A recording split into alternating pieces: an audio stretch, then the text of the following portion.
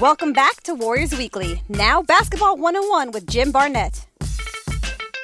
Once again, we have assistant coach Scott Roth with us. And Scott is a former player in the NBA. I believe the only assistant coach on the Warriors coaching staff who has played in the NBA, and also a player over in Europe and Turkey and Greece.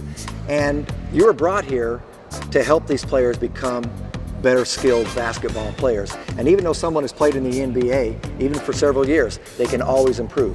And I know you've been an assistant coach in Dallas, and in Memphis, there's a young man who got pretty good, who has a ring now, Pau Gasol, and you worked with him.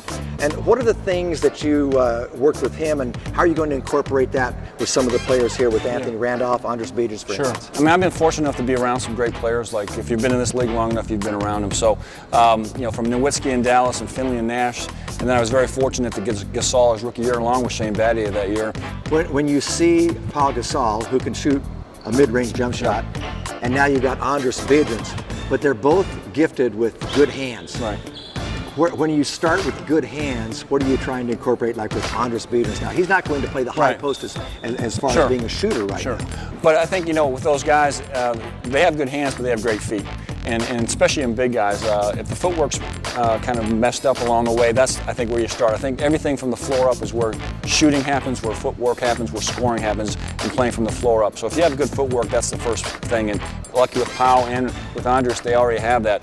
I think with Biedrins, the biggest thing with him is making him comfortable with his go-to move. I know he likes to go to his left hook, but I think you need a counter at some point there also, to where you feel like you're comfortable going in a different direction or in a position where you can make a pass out of there. And so with him, we'll continue to work at that. I think film is very important. I think guys don't see enough of themselves and see open areas on the floor and what they can do. I know you're going to be working with Anthony Randolph, and he presents a whole different set of circumstances because he's got the height, he's got the length, he's got talent, and none of us really know where he will end and how far he will develop, but there's a lot of potential there.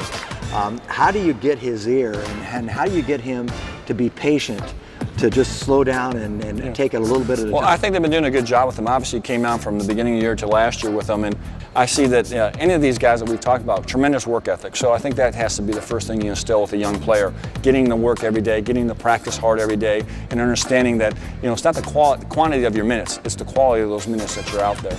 And getting to understand that work ethic in the beginning. And once you build that, I think he's just turned 20 years old. He's got a lot of basketball ahead of him. It's exciting. Like you said, he's very versatile, but getting a work ethic is something that I'll try to work with him every day about coming out and competing every day.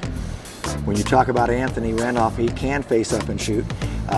Do you emphasize the importance of being able to be a two-way player? You can go inside and score, but also keep the defense honest by maintaining at least a reasonable jump shot. And really, he's in a great position because Nelly's a master with those kind of players, a mismatch guy. He has the ability as a forward to step out to the 18-foot range and face you up. And he's one of those guys, once again, taking advantage of what your skill set is and who's guarding you. He's been very good on the elbows. We'll work with him there. That's where Nelly likes to play a lot of his offense, off the elbows, developing a shot so he becomes a knockdown jump shooter.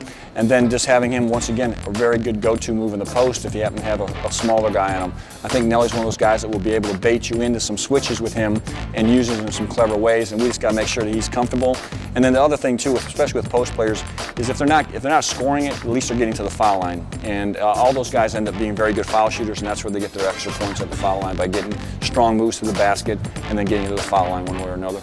All right, Scott. Well, welcome aboard, and we thank you. Appreciate it. I'm excited for being with us today on Basketball 101, and we know that you're going to help improve the Warriors' play throughout the season. Hi, this is Corey Maggette, and you're watching Warriors Weekly. In part 2 of our Warriors Profile segment, Tim Roy sits down with Stephen Silas at his home in Alameda to see what the fourth-year assistant coach does to get the team prepared for a game, as well as his off-season activities. Hi, I'm Tim Roy. We're back with Stephen Silas, part 2 of our conversation about his life in basketball. And last time we talked a little bit about individual players with the Warriors, but I wanted to find out about your background. There's not too many guys that have an Ivy League degree that are working in the NBA. Chris Dudley comes to mind. He played out of Yale for a long time, and former Warrior great Rudy LaRusso went to Dartmouth. But why Brown? Why did you choose Brown? It just happened to be the place for me. Once I got my good SAT score, there was Penn and Harvard and Brown and Dartmouth and all the Ivies were looking at me.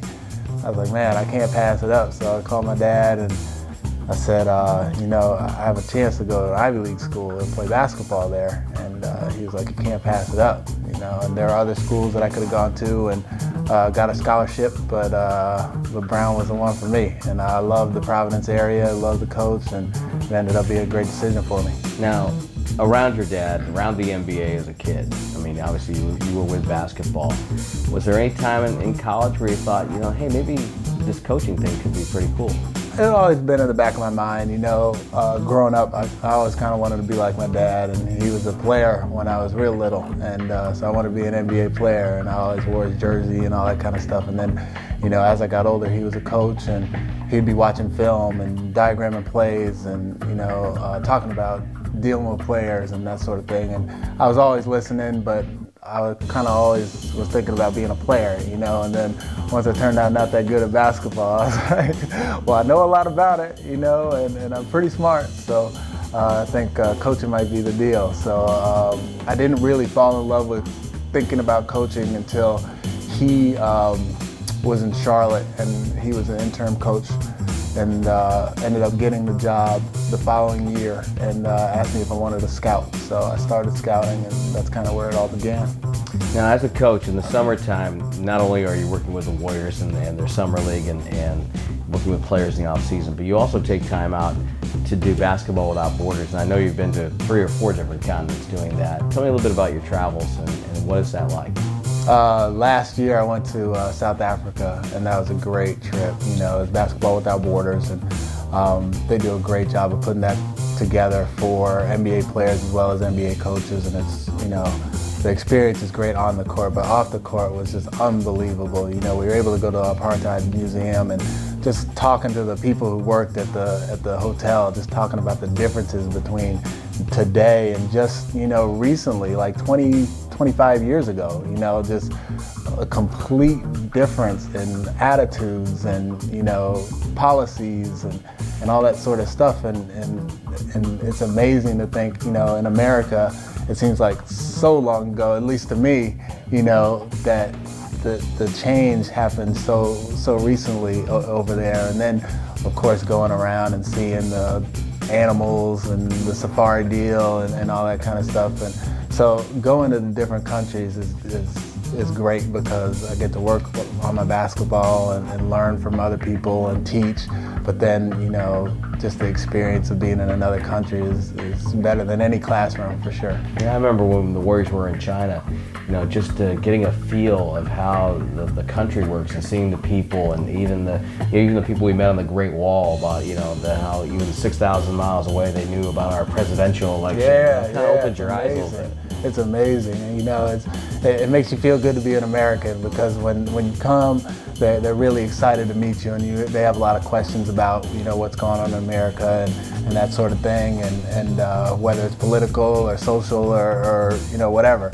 But it's great to go over there because they have just such a different perspective, because a lot of times their perspective is really international, as opposed to here we're kind of, you know, within our own little cocoon sometimes. But, you know, you go to China, you go to Germany, you go to Africa, they're really just completely international. Steven Silas, always a pleasure. Thank you. To talk with you, my friend. Yes, sir. All right.